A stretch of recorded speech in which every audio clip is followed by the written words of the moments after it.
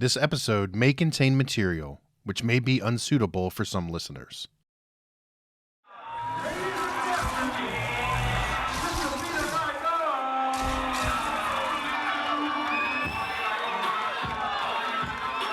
He's been called the Jeffrey Epstein of Canada. But Peter Nygard, by all accounts, is so much worse. His sex victims allegedly number into the thousands. The stories you've heard about Epstein and Harvey Weinstein and Bill Cosby, they are dwarfed by Peter Nygard. A clothing tycoon now sitting in jail, Nygard modeled himself after Hugh Hefner, but he looked more like Fabio. He was rarely seen without multiple women on his arm. Little did people know, he'd been a sexual predator since likely back in the 50s. I've known Peter Nygard since the 80s. He was called Uncle Peter. My best friend's Uncle Peter.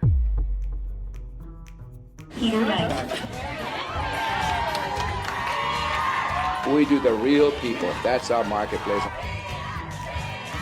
You will not find another product as competitively priced as ours. Welcome back to Uncle Peter, a Drop Dead Serious podcast. I'm about to share some very disturbing details about Peter Nygard's sex crimes and his erotic kinks. Things he did, day in, day out, often many times per day, and much of it is upsetting to say the least. His son, Kai, was on the property that summer. He was knocking on the door one night when I was being silenced, and he was looking for his dad. And he was just this 14-year-old kid looking for his dad. And I didn't scream or anything because at that point I felt worse for him than I did for myself. And I didn't want his son to know what a monster his father was. Classic MO. Greg Gutzler is the attorney representing 135 Nygard victims. When he was younger, he was using more physical force, and he was very violent. As he got older, he started to use a different type of mechanics where he would recruit young women and use them to lure people in.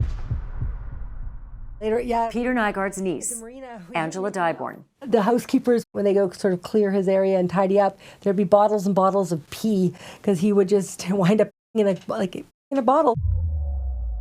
Did he also have phone calls when he would be in the bathroom and not even try to mask that he was going to the bathroom on the conference call? Absolutely not. No, yeah, he'd take the cell phone in and he'd pee and he'd kind of laugh about it being the waterfall in the background. I mean, he would tell the people on the call, "Oh, yeah, there's the waterfall," or "Oh, I'm next to a waterfall," and that's when he was peeing. He could answer the door in nude. I mean, people have complained that he'd answer to employees. He'd answer nude. He could answer. Between bathroom, unbelievable nudity. You bring stuff up and down all day for him. If a FedEx came in, you'd run up the FedEx, and he could open the door, jump up, and unlock it naked. But to understand Nygard's criminal behavior and how he became the monster that he is, I needed some guidance from Canadian forensic psychiatrist Dr. Julian Goger. Dr. Goger is quick to point out that he hasn't treated Peter Nygard, so he can't formally diagnose him for us. But Nygard's crimes, and the fact that he got away with them for so long, are so sick that it doesn't take a medical diagnosis to realize that something is very, very wrong with Peter Nygard. And Dr. Goger's insight, much like the depravity of everything surrounding Peter Nygard, is jaw-dropping. Evaluating people with sexual deviations requires an evaluation of their development also. So there may be traumatic events that might have laid the foundations for a person subsequently developing a problem. Dr. Goger might be on to something here. What very few people know about Peter Nygard is that he himself may have been a victim of sex assault as a child. His parents and his sister kept it close to the vest, but the whispers and the stories, those echoed throughout his family for decades. I'm not sure there's a person to be found who would sympathize with Peter Nygard, but I wanted to pull on that thread about what might have happened to him at an early age. So I asked his niece to reveal the family secret. She's my high school best friend, Angela Dyborn. My understanding was that he was actually a victim of sexual assault, that he was a really young. What? He was really young when he lost his virginity. He lost his virginity as a young guy to a much older woman. What circumstance? It was like a kind of something people didn't talk about too much, but it came out, and I had conversations with my mom about it, about why she thought Peter was like what The way Peter he told me, was? why he was. The family was horrified because Peter had to go under some woman's skirt. So that's something people don't know about him back in that day. He's confided in people, that story. So when we cross-connected and referenced, sort of stories that we'd heard, and as we've tried to sit there and struggle and figure out, like, what the heck is going on with him and what happened. What made him this way? Yeah. Was there any more detail to who this woman was, how he ended up in the circumstance, who was around him? I just know that he was young and he was going under some woman's skirt. But does that change somebody to make them into what they are now? Maybe. As extreme, possibly. A story that's emerged about Peter Nygard's background, that he was or potentially even sexually assaulted as a young boy. And the story that was told in the family was that he was forced to go under a woman's skirt. And I know you can't diagnose Peter Nygard, but generally speaking, if someone is molested as a boy, is that some kind of an explanation for having sexual deviance later in life? From my own experience with individuals who I treat, who are sex offenders, young males, when they've been abused, develop a sense of loss of control of their sexuality at a young age. And in order to regain that control of their sexuality, then compulsive sexual behaviors becomes a way of trying to assuage the initial trauma of losing control. So it's almost an obsessive need to get control of one's sexuality, and that might explain why the person might have a compulsive desire to engage in sexual acts. It also depends on what the meaning is given to that act. And if that act is perceived as a humiliating act, but was also sexually arousing, then the person might seek out sexual acts later on in life that are degrading to the individual, but also finds them arousing. So you can put two and two together and figure out, if an individual had those experiences, what might be driving those behaviors. I mean, it would make sense, right? Because as I have, researched the story and the background and the number of victims and the incidents and the descriptions of the sexual I couldn't understand what would make someone into this kind of a monster.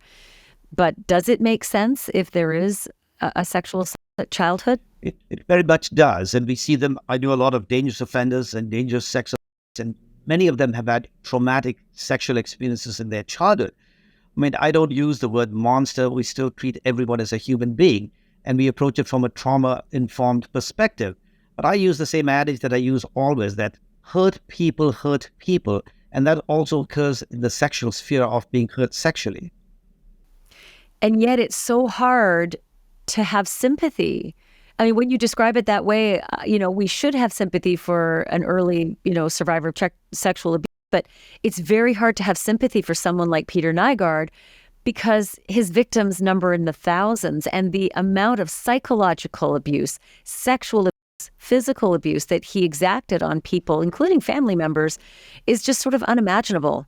We can still have sympathy, but we can also have accountability and responsibility thrown into the equation. And then, as much as we can feel sorry for what people have gone through, we've got to look at protection of the public. We've got to look at people taking responsibility for their actions and being held accountable. But then you can reconcile both concepts. Is there anything more to it, or was it really kept quiet? It was really kept quiet. It was, At his behest, or just family embarrassment? Family embarrassment. A few people knew about it, though. Family embarrassment for a tight immigrant family of 4 with very little means. My mom, Susie Lound, knew Peter throughout the decades. So I asked her, along with Peter's niece, Angela, for some context. After all, we all grew up in Winnipeg, smack dab in the middle of the frigid Canadian prairies, where winter temperatures would regularly dip down to -40. They recall Peter's living conditions as a child, a one-room coal shack in that unforgiving climate, with no running water and only a wood stove for heat. He came with nothing, and his family came with nothing. An outhouse in the middle of winter, back in the backwoods in Winnipeg, where Peter and his family had to live when they first arrived. So those things to me are sad, that that's not the way he will be remembered. Peter came from abject poverty. Absolute poverty. Give me a description of Peter and your mom, Lisa, and their mom and dad arriving in Canada. What was their status, their circumstance? So they left Finland after the war. They had a comfortable life in Helsinki. Helsinki, their life was not poor. My grandpa was a baker, grandma was a shop girl. They had a great life. When they came to Canada, they came with a trunk, some fur coats on their bodies, and nothing else. They thought they were moving close to their other relatives that were in Minnesota. Minnesota to Manitoba is quite far, especially back in that day. They wound up in the absolute stark prairies, living in, they called a coal shack, and maybe a 10-foot by 10-foot addition to an old farmhouse that had been used to keep coal, 2 beds, pot, stove, No running water. No running water, an outhouse. So they could not communicate, they couldn't do anything, so they were isolated. So I think that really made the 4 of them bond. I think there was something that happened. They were so poor, they were a team. They were so poor, they were to survive, they had to be together. So I think right there might have been some of the first times that this protect each other, loyalty to each other, family dynamics that are not traditional or not normal sort of happen. Family loyalty, instilled at a young age, might be a positive attribute in most families, but for Nygard, it was a weapon. And this may be the linchpin in revealing Nygard's strategy of committing crimes under the radar. Because as this story continues to unravel, you'll see how he weaponized family loyalty and how Angela and others were victims of that.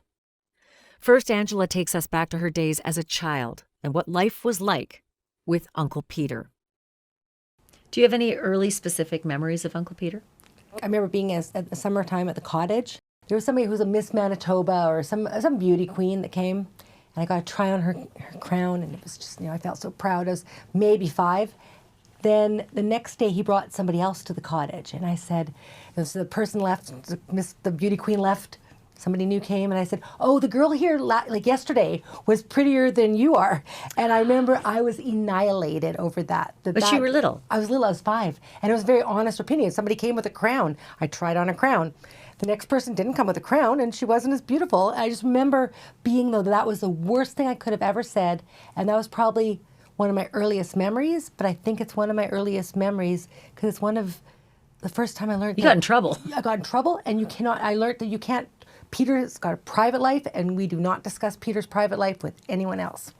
Who got mad at you, Peter or your mom or dad or anybody else? I remember everybody. I remember Peter being very upset. A 5-year-old girl punished for accidentally revealing that Peter was two-timing his girlfriends. It was an early warning sign that Peter would lash out at anyone but himself and take no accountability for his actions. And as Angela continues, we get the real Jekyll and Hyde persona exposed very early in life. He was a fun uncle. He was. He was a sailor, so he'd put us on the trapezes of his sailboat. It was, adventurous things that most young children don't He was do. also super rich. And if you have a super rich uncle, it just defies logic that you're not excited about him showing up with whatever toys. He had a lot of toys. He did, at the lake, absolutely. He didn't have his own nuclear family. He had girlfriends with whom he had children, but just going to the nuclear family of your family and Uncle Peter being part of it. Do you remember family dinners where he'd show up? There'd be times when we were all in town together, and he would show up, and we would, normally at my grandparents' house, and we would be waiting for him, and we would sometimes have to wait till 11, 12, 1 in the morning until he blasted in the door, honking that horn. We'd sometimes fall asleep on the couch, but everybody had to wait almost on call for him to arrive. Wait on dinner. Like you've got an entire family with young children. Waiting at the grandparents' house to see midnight. Uncle Peter till midnight easily. And then he'd waltz in and have 1, 2, 3 women on his arms, people we'd never met before, but... He'd bring women to family dinners. Oh, yeah. Like women you didn't know. Women we did not know. Women, and new women all the time. Like there was multiple. So you're like 2, 3, 4, 5 years old, and this is becoming normal. Absolutely. Christmas, same thing. We presents under the tree, celebrated Christmas Eve. We had to wait for Peter to arrive before we could start opening those. And women would show up Christmas Eve? We always have different, oh yeah, yeah. Did he ever just come alone? I absolutely cannot remember him ever coming alone. He had to have this awful kind of entourage always on his arm. Yeah, and at the time it was a glamorous entourage. At the time it was, it was sort of, I don't think I ever thought of it as awful at the time, but now looking at it, absolutely. We have a different lens now. But, yeah. But what about your mom and your grandma? I'm not going to ask about your grandpa because he probably thought it was great. Men did. Men, look at you. You're scoring. But what did your mom and your grandma think about these random women always showing up at these private family events? I think it was normal. They probably had to have been hurt. I mean, why they didn't show it. But they didn't show it. But really reflecting and spending a lot of time reflecting over the last few years, I now remember, kind of feel there was a bit of tension. Yeah, tension or sadness, or just why aren't they good enough? Almost that, and so you're almost always striving to be good enough for Peter. It almost felt like they weren't enough or weren't good enough. God, even just his sister and his mother. I know, right? It wasn't about enjoying the time with the family. It was about this manufactured, almost a manufactured. Yeah, manufactured joy. Yeah.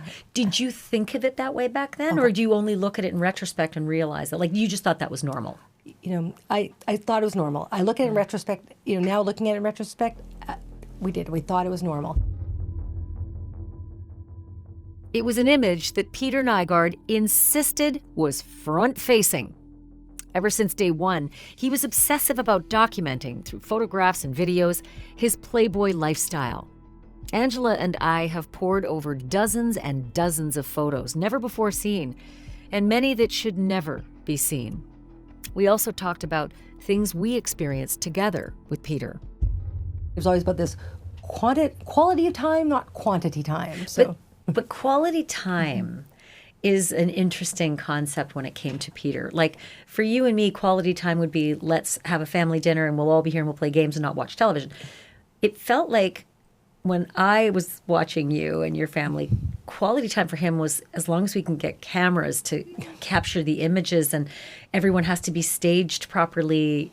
Am I off base? You're absolutely correct. And yeah, it was the Instagram, Facebook days where now we kind of see that, but more in an organic way. But for Peter, it was a very orchestrated, we are having the family together on the sailboat today so we can take photos and show how wonderful I am with my family. And everybody in my family will be working on the shoot to make sure it looks So great. I was there for one of those. I came to visit you at Falcon Lake, which was about a 40-minute drive from where I spent my summers with my family. And Peter was there. His longtime girlfriend, Pat, was there. His 3 children, Bianca, Aaliyah, and at the time his name was Bader Cay. He shortened it to Cay. He might have been a toddler. Huh. And I remember you and I had to be in a chase boat taking pictures with a photographer of him with that little nuclear family, so to speak, unmarried family, on the sailboat. He was barking orders at us nonstop, from start to finish. This was not a sailing day. This was a photo op day. It was weird. Absolutely. It was never about the actual event. It was about getting the picture because it looked so great in that scenario. Pat is Pat Bickle. She was Peter Nygard's long-term girlfriend in the 80s, and I remember her being absolutely beautiful, like a 1970s cover girl. They had 3 children together, Bianca, Aaliyah, and Cay. But they never married, even though Pat desperately wanted to. Peter seemed closer to his parents than to Pat. Hilka was, which is his mom, was one of the main loves of his life and one of the kind of the female, the alpha female in his life. But did he never feel like he was an embarrassment to her, or that he was falling short of her expectations with this horrendous behavior? I don't think anyone saw it as horrendous behavior. It was just Did Hilka? I don't think she saw it as horrendous. I mean, I can think of a few situations where she might have been a bit embarrassed or just a little bit uncomfortable, but that was just who he was. It's Peter's own private business. It's also 50 years ago. Peter was the hero. He was the success. He was... Did Hilka not want him to settle down, maybe marry Pat or marry someone and stop this playboy lifestyle? Did she at some point articulate that or never? It never came up. It just was not who he was. And you thought it was normal? Exposure to sex. It's such a, and not necessarily people having intercourse, but the normalcy of sex and people having sex with multiple partners. It's one of them. The standards, when we were little, we would play Uncle Peter's girlfriend because we wanted to look like these women and these people that were, that we... Glamorous girls that he had on either arm. Yeah. No, so wait, you played dress up as Uncle Peter's girlfriends? Yeah. Most people played as Cinderella. We played Uncle Peter's girlfriends. We would take my mom's clothes and put on different dresses. I'd make all the kids from the neighborhood come over and play Uncle Peter's girlfriend. The fact that we couldn't be on a certain part of the cottage in the morning because that was Peter's side. It wasn't to be quiet, but it's because it's thin walls, small, like little cottage. People are having sex over, You knew it. Yeah, you knew it. Just the absolute normalizing of sex, of multiple children. Multiple partners. Yeah, we were made to think, even like your bodies, we're very, open with our bodies. To be clear, Angela was inundated as a young girl with the sexualization of women, and that exposure was damaging. You told me a story about breast size and how he would... What was that story? When we were younger at dinner one time, he started talking about the ideal female. One of the main physical features was that your breast size, the perfect breast size, would fit into a champagne glass, like one of those old champagne cups from the 50s. That was, just the perfect handful. How old were you when he's discussing the size of your perfect breasts? Easily 8, because my grandparents, would have been there, so 8. Did you have any... Do you remember any reaction to it, or do you remember how you processed it? I remembered looking at cups thinking, wow, how can a breast fit into a cup? I sort of kind of remember that in my head. He didn't like women at that time that were anything like larger than a size 8. He had his standards. He had his standards. And he wasn't ashamed to tell you that these were standards you should ascribe to? Oh, no, that was beauty. That was that's what people are supposed to look like. As a child, just looking almost like sexy, the beauty standard would start, when you start early. You start early. And the blonder your hair at the time, the better. And I never had long blonde hair, so I sort of almost had this complex. That I was sort of ugly and, I sort of had a different look and I was never going to be that. So it really starts to mess with you a bit too. You wind up having eating disorders. You wind up trying to fit that model. Did you have an eating disorder? I did. When I was younger, I did. Like what age? Probably, I think like grade 10, I grade knew 11. then. Yeah. It was not something, I think that because some girls say, hey, I'm bulimic. But no, for a while there, I was very bulimic. Like I was like, I didn't lose weight off it. I just sort of, the binge and purge. Yeah. And that became more of, I think, a control thing than a weight loss. All through her childhood, Angela witnessed hundreds of beautiful women parading in and out of her Uncle Peter's life. Peter Nygard presented himself as the perennial bachelor, the international playboy who would never settle down. But for a blink of time, he did settle down. Most people don't know it, but Nygard was very briefly married in the 1960s. And looking at the pictures, the wedding was 1 part Lawrence Welk, 1 part Mad Men, and 1 part chiffon cake topper. Short hair, cookie cutter, clean and crisp. My mom actually asked him why he ditched that life. Unfortunately, Peter had a need for excessive, naughty things. Gratification, it seems. Self-gratification, perhaps, yes. Was there any question about his choice to be a perennial bachelor, never to marry, and to swear off the notion of ever marrying. Did anyone ever wonder about that or talk about that? I think I remember saying to Peter, gosh, you really should have a lovely wife. And Peter said, I had a wife. And it was a very quick happening. And I don't want another one. And I said, well, I don't blame you. There was no room in Peter's life for a wife. That says it all. Nor any desire to commit to a woman. And nor any desire to commit to one woman.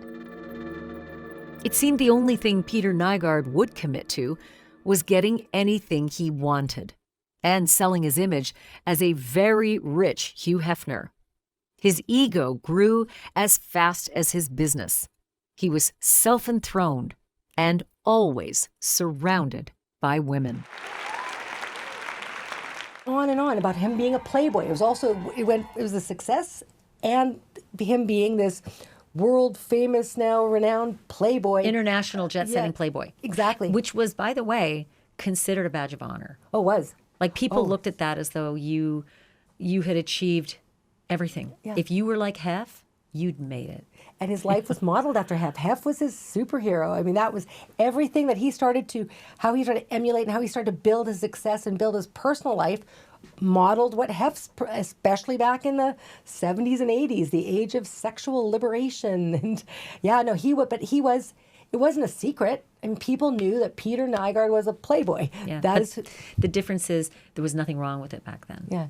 Yeah. And there was nothing. There was, but nobody seemed to think it was untowards. My mom reminded me what society was like back then. What did men think of Peter? I think they probably thought, darn, I wish I had that. Wouldn't that be fun? Wouldn't it be great if I could just, walk around and have any girl I want? Be a playboy. Whatever. Be a playboy. I'm sure some women thought, I would really like to be on Peter's arm. I really would love to be one of those girls. There was glamour attached to it. The way people looked at him with all of his young women that he surrounded himself with, the bachelor for life kind of lifestyle. Nobody derided him for it, right? No, they didn't. I think there was a certain amount of secretive lifestyle then. And I think what's happened is anybody's secretive lifestyle now is blown right out from under them, and they are all of a sudden known in the world. And perhaps that's correct, that they should be questioning it. Some of these men lived very, very nasty lifestyles. They did. And they were never questioned about it. Peter Nygard was a sex criminal operating in plain sight, an international playboy with no boundaries between his private life and his Nygard business empire. He reigned over offices in Canada, California, New York, and the Bahamas. And in those executive offices were bedroom suites, smack dab in the middle, right out in the open. Almost like a scene out of Austin Powers. An old one of him talking about you push a button and the bed opens up. I mean, it wasn't a secret. This was this. It was celebrated. Bragging about these kind of feats. I think he got Marina Del Rey in 1984. There, he completely modeled it after the Playboy Mansion. And so it was absolutely the whole where girls stay, who gets which rooms, the whole, especially with multiple bedrooms. In his office, only one bed, but with when the houses and the different properties grew, it was modeled under that exact scenario. I remember when he was building the Bahamas, he was trying to explain to me that when he builds this, one girl will be able to leave his bedroom and someone will come up a different way, because that way they'd never cross paths. But that's how he was planning. Strategy. Yes. And because he thought they know each other were there, but he just didn't want them to have to run into each other. Just that was the kind of logic of what you tell your niece as you're sitting there explaining how you're building. How about we're going to put a pool, we're going to put an aquarium? No, it's going to be like we're going to have all these different secret passages to go back and forth. So he's nobody telling knows. His teenage or maybe 19, 20-year-old niece about the strategy for how he's going to have a constant stream of girls. Yeah, and how they won't have to cross it. He didn't think there was anything wrong with that. There was absolutely no. That was and just. At that point in your life, did you think there was anything wrong with it, or did you just think gross? I don't think I even thought gross at that time. Like I I wouldn't have thought anything about it. Just like, oh wow, that's how he makes it work. I've always wondered that. It was like a sex cult. The lines weren't there. It was normalized. It was very normalized. And I actually do think you grew up in a sex cult, because I remember thinking about, like, I talked to you a lot about it as a teenager, and I remember just being like, ew, gross. However, never in a million years did any of us think there was anything wrong. But the way I looked at it as a teenager is just that he was gross, but there was nothing illegal. Like, there was nothing sinister. It was just a different choice. he was definitely involved in an alternative lifestyle and part of the swinger set and the sexual revolution of the 70s. Yeah. And but I think even men who weren't into the swinger part wanted to get in on some of that money and power. My kind of the feeling I'm having right now is more, I can't believe I didn't think of this before, and even as we go through this conversation. Didn't see it that way. We're talking about life back then, but we're sitting in 2024. To get an idea of how normalized Peter's lifestyle was, I'm going to tell you something particularly disturbing. A fetish Peter had that was so disgusting, so sick, that even his own housekeeping staff didn't believe it at first. There were lots of rumors that he had like a fixation on feces. Yeah, I felt bad for the man. Like I thought that maybe he was incontinent or had something going on with his gastric cyst, like he was aging, that he pooped his pants, or whatever. Like I really, that's what in my head when the housekeepers, because my husband normally worked with the housekeepers, and they'd complained to my husband about, the bedding keeps getting, ruined and soiled, and they'd have to throw it out. Angela's husband is Morton Dyborn. They met in the 90s while working for Peter Nygard, and they've been married almost 30 years. You'll hear how he, too, was a victim of Peter Nygard, on the receiving end of Nygard's verbal and financial abuse, and forced to literally clean up after his boss and his filthy sexual fetish. Morton was getting in trouble because he had to keep buying bedding from Costco or wherever to replace the stuff that's being soiled and thrown out. And I felt really bad, actually. I was like, oh my gosh, poor guy. There must be something wrong Nobody with him. thought it was his sexual kink? Not the first few times, but then you started putting it all together and like, this is just hitting next level of insanity. And looking back to the housekeeper stories and you and Morton having to replace sheets, you're like, holy hell, this is true. You realized it really was a sexual kink and not incontinence from an old man. Yeah, and it's just, I feel like almost I'm like, I'm almost gonna like vomit in my mouth. And I mean, this is hard stuff to talk about, right? Like it is like, I'm almost getting teary-eyed a bit because it is like such a perverse and such a deviant. Most people don't know what their uncle does in the bedroom on a good day. That revelation was so mind-blowing to me that I had to ask forensic psychiatrist Dr. Julian Goger to try to explain it.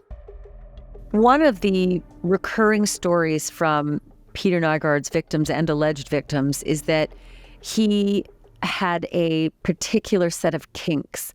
He would often rape his victims and sodomize them, but he would also insist that his sexual partners would defecate and that this became a regular issue. I can't even get my head around that. Tell me, in your professional estimation, what is it about a person that would have a kink that would require people to defecate? Well, one of the things we know when we assess sex offenses is that if you have one sexual deviation, you're using the word kink, but in technical jargon, we call it a sexual deviation. Another word that we use is a paraphilia. So when an individual has one paraphilia, then you want to look for other paraphilias, one of which could be coprophilia, or a certain attraction to urine or feces, where either the act of defecation or feces itself has an erotic quality to it. Can you explain that kind of deviation to me? The attraction to defecating may have different qualities to it. One is the person itself might have an attraction, an erotic attraction to urine or to feces. But if a person was defecating, it might also play into underlying themes of sadomasochism, where the person is extremely controlling, and to defecate would add to the degradation that the person might feel. So it might have aspects of sexual sadism to the sexual act itself. And what is it about the person's mind that they find, a sexual partner defecating on them erotic? If the other partner is defecating, it depends on how you're defecating. And if the defecating is part of an act of humiliation of the individual who the person is having sex with, then it would fit in with features of sexual sadism. On the other hand, if the person wants the partner to defecate on them, it might fit in with features of masochism, which the person might also have as an additional sexual deviation. Sadomasochism, extreme sexual deviation disorder, demanding sex multiple times per day. But Nygard also had another obsession, longevity, which on its face is not out of the ordinary in today's society. But as with everything else in Nygard's life, he took it to an extreme. Peter Nygard turned to steroids and stem cell treatments to stay young and fit. He wanted to live forever, and even claimed to have cloned himself. I may be the only person in the world who has my own embryonic stem cells growing in a petri dish. Can you imagine that? In the petri dish, that is me before I was born.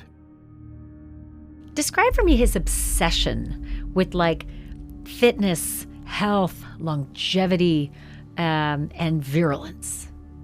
To be able to attract younger women. As he was aging, I think he was trying to age backwards, so... That was his whole rationale for this crazy health kick? I think it started because when my grandma was ill and died, and he started to explore alternative health options. But as he was looking at that, he realized all the benefits to also some of the anti-aging stuff out there. I just want to personally make sure that I do everything possible to keep myself alive, everything possible to keep myself healthy. I want to do preventive medicine. And then I started discovering more and more about it, and I started being a leading edge on this stuff. I have taken more stem cells today than anybody else in the world. He was big into human growth hormone? HGH, yes. Took shots? Yep. What about steroids? Testosterone shots. I mean, he's so effing jacked up in those beauty shots that he's basically branded his whole company with. Was that all as a result of steroids? Yeah, steroids and diet, but definitely steroids. So tell me about that. At the time, he was really heavy into his steroid use, and those pictures that show him so jacked, in his 70s, late 70s. What was his personality like? You just didn't want to get near him. You had to avoid him at all costs. He was already so worked up and in such anger and such a escalated state of aggression. You knew. You could tell, bro needs to lay off the steroids or we're all going to die. He's gone through 3 months supply in the last 1 month. He's using way too much. Three times the amount. So he was misusing steroids. So the doctor refused to fill it? Yes. How did it affect him? I think it did put him into a hyperdrive of making sure he surrounded himself with younger and more women. So I think maybe that's where some of this... Overcompensating. Yeah, that he was really pulling in more, surrounding himself with more, unable to believe or understand that women and girls that are in their late teens to mid-20s do not want to hang out with leathery old 82-year-old men, no matter how successful you think you are. Yeah, and maybe he wasn't able to process that. So as he aged and became sort of maybe less attractive, and I don't just mean that physically, I mean that overall. I mean, things were really seemingly falling apart. He was a shell of his former self. I remember him telling me more than once that he's on this regimen, Ashleigh. Oh, it's going to change the world. Going to live forever. I'll do the story with you. What was it? What was he doing? What was the stem cell treatment? I think he went through a number of them over the years, all out of China. I think a couple out of Oregon, but it was all different ways on the onset of people figuring out better ways to use stem cells. He was figuring out how to use them for longevity. Was it working? Like, did he actually think he was reversing his age? Did anybody think he was reversing his age? I think he was hoping to clone himself, which in one way he sort of did. Wait, seriously? He had a picture of mini-me, he called it, and it was some reproduction of him, of his exact genetic makeup in a cell form. Taking my old skin cell, I took a woman's egg, took her DNA out of it, put my DNA into it, and grew it in vitro, and developed my own stem cell lines. What, he had it frozen somewhere? It wasn't frozen from before, but it was created from his current stem cells. Okay, so Frankenstein. Pretty much, yeah. Did you ever hear or did you get wind that he was truly trying to create a dolly version of himself, like a human clone? Yep, absolutely. Was he vocal about it? He was very vocal. He had pictures, a part of his Z card, or part of his card that when he met people had, at one point had his like me before and me 50 years after, or whatever it was, like his picture of like his stem cell of this cloned cell of him. And what it will be. I'm the only guy in the world today who has me in a petri dish before I was born. That's amazing. That is amazing. Science fiction is scientific fact. Now, that's huge because now you can take those immortal stem cells, plant them back in your body, and renew your body parts. So the stem cell fixation wasn't just to either, stop the aging process, maybe reverse the aging process. It was literally to create a copy of himself so he could literally live another life. Correct. And yeah, absolutely. That was one of his key, to leave everything he had back to him when he dies. He was delusional. He was absolutely delusional. Got it. Hi, sirs. It's all over. It's all over. We're going skinny dippy, she says.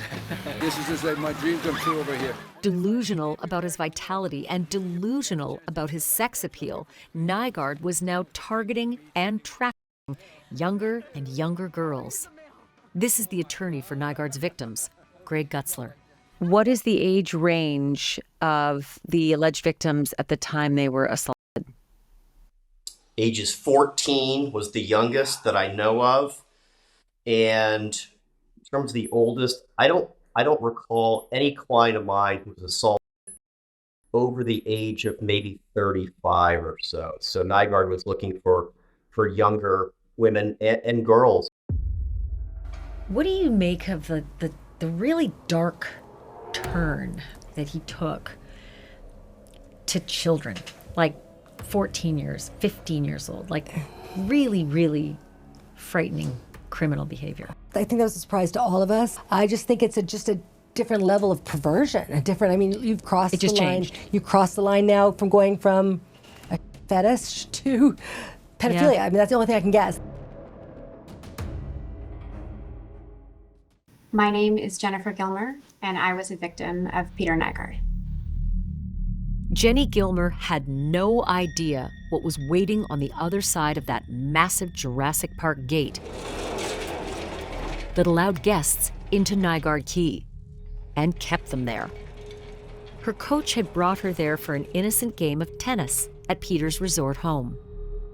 I wasn't that girl that was, promised work or modeling gigs or anything like that. For me, it was very different. It was just me being left there by my tennis coach, and I was just, an easy target. All of the rooms at Nygard Cay are like tree houses. They're kind of all over the place, and he has his on the very top level, and it's all glass. And we walked in, and he took me in there to get a drink. He wanted to show me around, and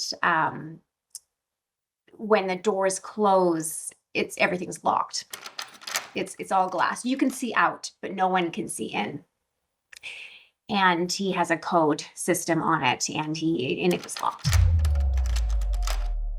I screamed for him to stop, and he did not. And unfortunately, he did rape me, but he saw it to me. And that was probably the worst pain that I have ever experienced and ever want to experience. And that is kind of the day that my life changed. and I went numb.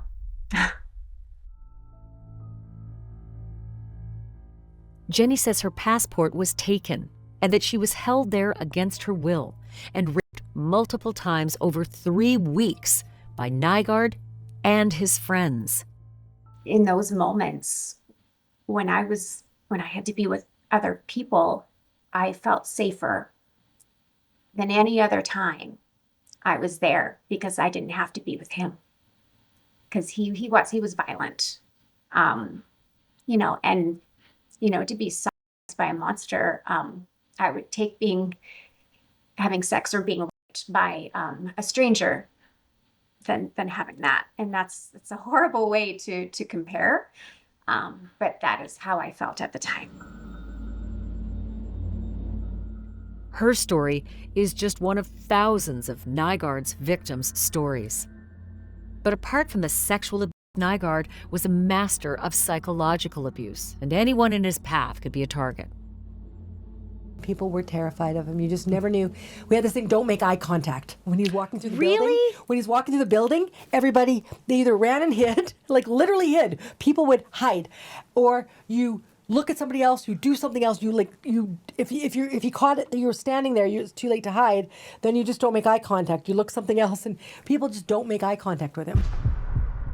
I think people would tell him. I think other executives and would warn him. Would start saying, "Hey, I think you're kind of pushing the envelope," or "I think this is a little too much." How do you react? He couldn't be told no on a. He reacts violently and violent opposition to anything anybody says. So not only can you not tell him that, yeah, he will verbally abuse you for telling him something he needs to know. Or shun you, or fire you. He would look at that as a challenge. It would be your fault about that statement. If you had him in person, he'd be spitting in your face and looking at you and glaring, and it was frightening. On the next episode of Uncle Peter, she was a teenage tennis student when she says Nygard held her prisoner at that luxury resort home in the Bahamas, taking turns with his friends and raping her for weeks. Her moment-to-moment account, plus the lawyer representing her and more than 100 other Nygard victims, with stories that are equally disturbing. Also, twisted details of Peter's other specialty, verbal and financial abuse. Hear the tactics that he used to keep his employees paralyzed with fear. He turns into a monster sometimes. He was in full monster mode. You've been listening to Uncle Peter, a Drop Dead Serious podcast. If you or someone you know has been a victim of sexual assault, please call your local sexual assault hotline.